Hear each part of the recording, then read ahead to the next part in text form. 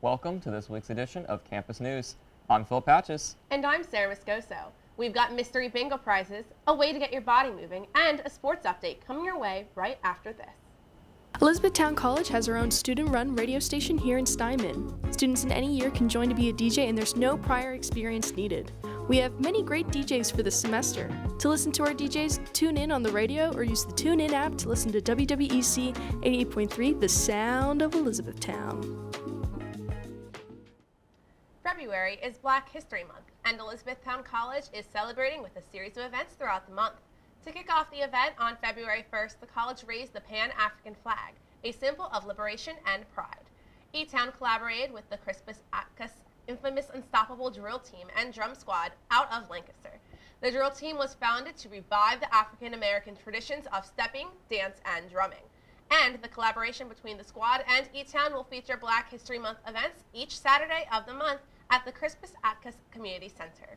To continue the celebration of Black history, E-Town has a full lineup, including trivia, karaoke, Jeopardy, and an acrobatic performance. For a full lineup of events, visit news.etown.edu. Fitness classes have started up again this semester in the Bauer Center. Students have many options of classes to sign up for, like Zumba, spin class, and yoga. Zumba and strong class instructor Amy Fleming expressed excitement to introducing a Zumba toning class this semester.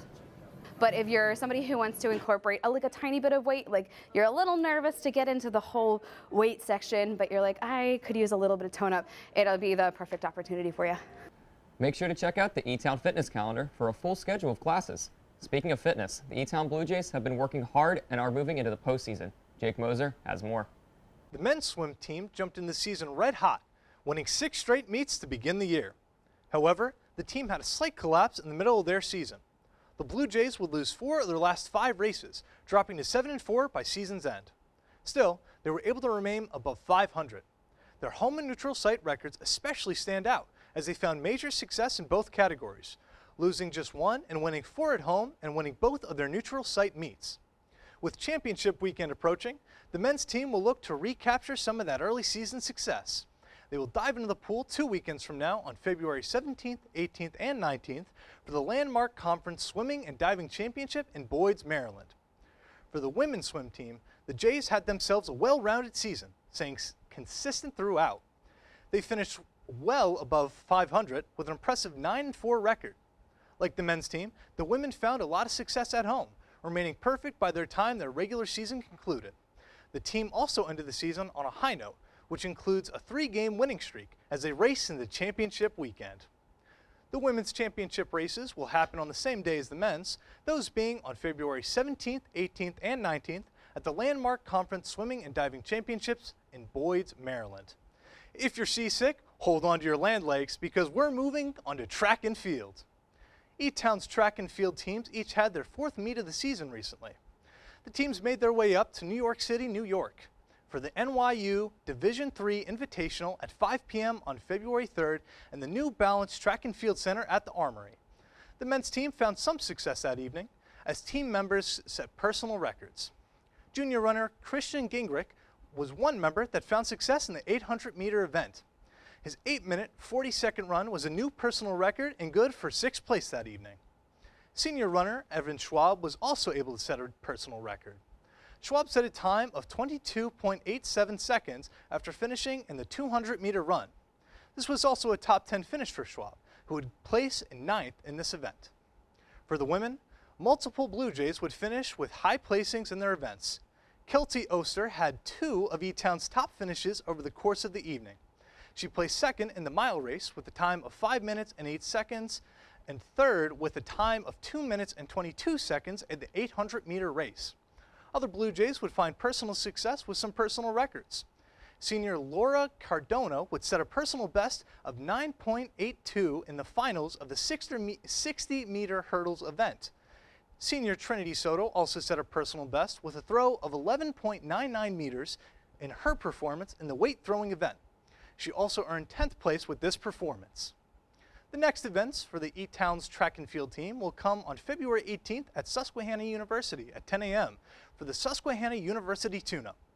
Moving on to the court, After a tough loss on the road at Moravian University, the women's basketball team were able to bounce back nicely with a 68-58 win over the Catholic University Cardinals.